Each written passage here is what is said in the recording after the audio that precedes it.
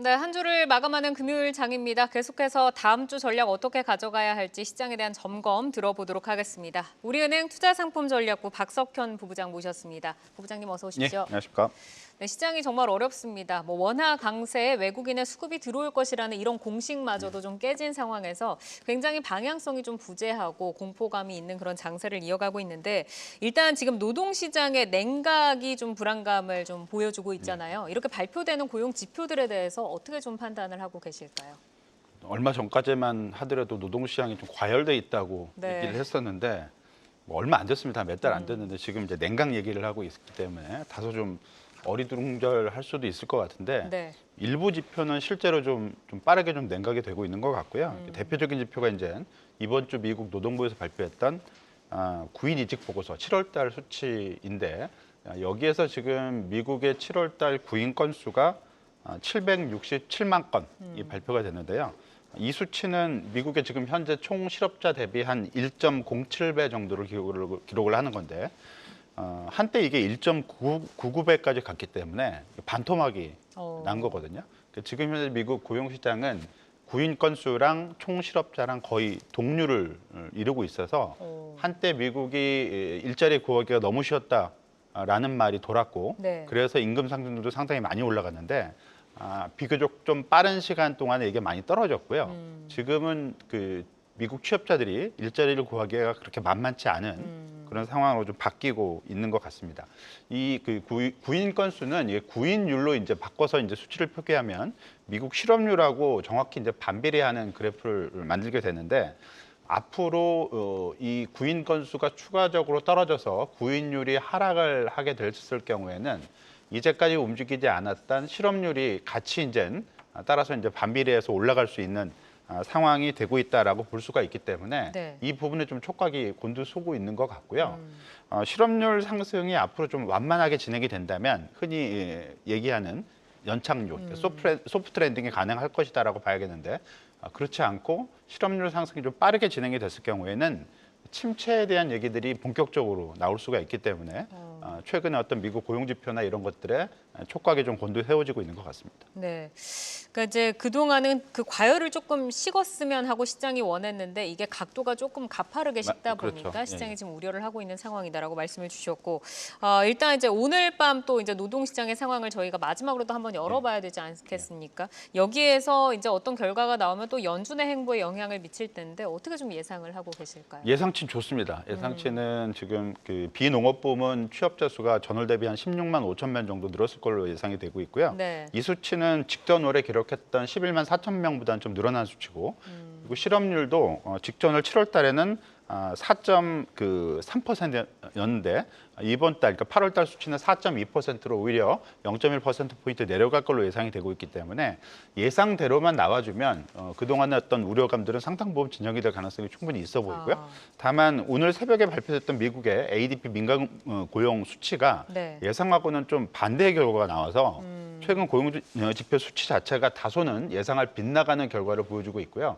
이런 이유로 해서 오늘 밤에 발표될 수치가 다소 좀 부진하게 나왔을 때 시장이 좀 우려감이 높아질 수 있을 것 같고 수치로 좀 말씀을 드리면 비농업 취업자 수 증가폭이 한 10만 명 수준 정도로 떨어지고 그리고 실업률이 다소 좀 떨어질 걸로 하락할 걸로 예상했는데 오히려 약간 반등을 하게 됐을 때는 네. 시장 충격이 좀 있을 수가 있고요. 이런 부분들을 좀 주의해서 바라볼 필요성이 있을 것 같습니다. 네, 지금 뭐 엔캐리 청산에 대한 불안감도 있고 사실 9월에 뭐 금리 인하에 있어서 중소형주 강세 보일 것이다. 뭐 러셀 지수 올라가고 이런 부분들이 지금은 공식들이 좀 다 깨진 정말 좀 불안한 장세를 이어가고 있는데 일단 비관적인 의견이 지금 나옵니다. 예측을 좀 빗나갔다라고 말씀을 하셨고 그걸 좀 예민하게 반응을 하는 것 같습니다.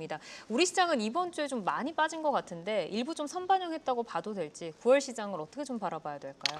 일단 9월 시장은 이제 뭐 FOMC가 아무래도 중요하고요. 네. 그리고 이제 금리나 뭐 거의 확실시되기 때문에 이게 이제 최후의 보루가 될 수 있다라고 기대를 해볼 수가 있을 것 같고 그리고 어떤 경우에서는 금리 인하 폭이 첫 번째 금리 인하부터 50bp, B컷이 될 가능성에 대해서도 꾸준히 지금 얘기가 나오고 있어서 경우에 따라서는 이런 부분들이 좀 호재로 작동할 가능성은 좀 있다라고 볼 수 있을 것 같습니다. 다만 지금 현재 연준이 첫 번째 금리 인하부터 50bp 인하를 결정을 하는 과정이 네. 물가 안정에 기반을 둔 어떤 조치라기보다는 고용시장의 예상보다 상당히 안 좋아져서 이런 어떤 결정이 좀 내려질 가능성이 좀 있다라고 볼 수 있을 것 같고요. 이럴 경우에는 50bp 빅컷이 나온다 하더라도 이게 주식시장에 호재로 작동할 수 있을지는 상당히 좀 불확실하다라고 볼 수 있을 것 같고요. 네. 그리고 미국 대선이 이제 뭐 2달도 안 남은 시점인데 네. 이 대선 불확실성이 미국 대선 전까지 한 2달 정도의 기간 동안 이어질 수 있다라는 점도 9월 주식시장에는 조금 부담 요인이 되지 않을까라고 보여져서 전반적으로는 본격적인 반등이 다시 시작된다라기보다는 현재 다소 불안정한 흐름이 당분간은 조금 더 이어지지 않을까라고 볼 수 있을 것 같습니다. 역시 이제 낙관론적인 그 시선은 아직까지는 예. 좀 섣부르다라는 좀 말씀이신데 특히 이제 반도체 쪽으로 보도록 하겠습니다. 지금 뭐 경기 침체, 뭐 엔화 강세 더불어서 지금 반도체주들의 좀 하락이 또 시장을 짓누르고 있는데 이렇다 보니까 뭐 삼성전자, 하이닉스 지금 삼성전자도 7만 원을 내주고 브로드컴 같은 경우에도 실적이 이제 시장의 예상치를 못 미치면서 크게 흔들리는데 반도체주에 대해서는 좀 어떻게 대응을 해야 될까요? 미국 그 빅테크 반도체 이쪽은 지금 수익성 문제에 대한 어떤 논란이 계속 되고 있는 것 같고요. 지난달 말에 있었던 엔비디아 실적 발표가 이 문제를 불식시켜주는 요인으로 작동을 하지 못했기 때문에 네. 앞으로도 이 문제는 조금 더 지속이 될 가능성이 높아 보입니다. 그리고 이 수익성 문제는 미국 그 고용 지표가 좀 안 좋게 나오고 이에 따라서 소비가 둔화되게 됐을 때는 미국 주요 기업들의 자본 지출이 기존 어떤 그 예정보다는 좀 축소 조정될 가능성이 있고요. 이 문제가 바로 이제 기업들, 그러니까 빅테크 기업들의 수익성 문제하고 직접적으로 연결이 되는 부분이기 때문에 아무래도 최근에 그 경기 측면에서 나오고 있는 미국 고용 시장, 그다음에 소비 이런 문제들하고 연동돼서 바라볼 수밖에 없을 것 같고요. 그러니까 이 얘기는 앞에서 말씀드렸던 대로 빅테크 기업 수익성에 대한 문제가 주가 조정의 원인이라면 반도체 중심으로 해서 당분간은 이게 본격적으로 이게 탈출하기가 쉽지 않은 국면이 될 수 있다라는 얘기고요. 네. 우리나라 반도체 주식 같은 경우는 이익 전망에 대한 어떤 불안감이 좀 있는 것 같습니다. 물론 올해 이익 전망에 대해서 여전히 낙관적인 전망이 많긴 하지만 일부에서는